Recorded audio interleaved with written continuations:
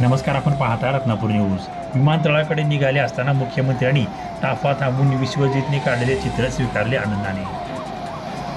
दयानंद महाविद्यालयातील कार्यक्रमानंतर मुख्यमंत्री देवेंद्र फडणवीस दुपारी 3 वाजता विमानतळाकडे निघाले तेव्हा एका छोट्याशा क्षणाने शहराच्या आठवणीत कायमची नोंद झाली। रस्त्याच्या कडेला हातात कागद कोळशाची सुगंधी स्वप्ने घेऊन उभा होता विश्वजित बालाजी सिलुकर।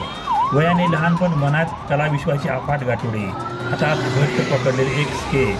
स्वतः मुख्यमंत्र्यांनी प्रेमाने आदराने प्रत्येक रेषेत कौतुकाचा ठसा उमटवत काढलेले मुख्यमंत्र्यांच्या गाड्याचा ताफा पुढे सरकत होता, पण जणू वेळ थांबली। मुख्यमंत्र्यांनी स्वतःने ताफा थांबवत आणि त्या छोट्या कलाकाराने साकारलेले चित्र आपल्या हातात घेत आनंदाने स्वीकारले।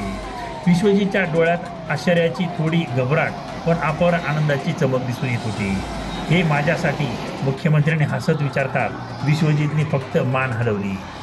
मुख्यमंत्र्यांनी स्केच हातात घेतले, काळजीपूर्वक पाहिले आणि पाठीवर हात ठेवत म्हणाले, तू खूप चांगलं काम करतोस, असाच पुढे जात राहा। तो क्षण म्हणजे शब्दात न मावणारा, एका लहानशा कलाकारासाठी आकाशाला स्पर्श करण्यासारखा।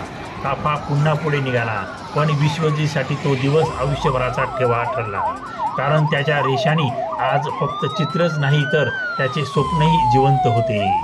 रत्नापूर न्यूज, लातूर।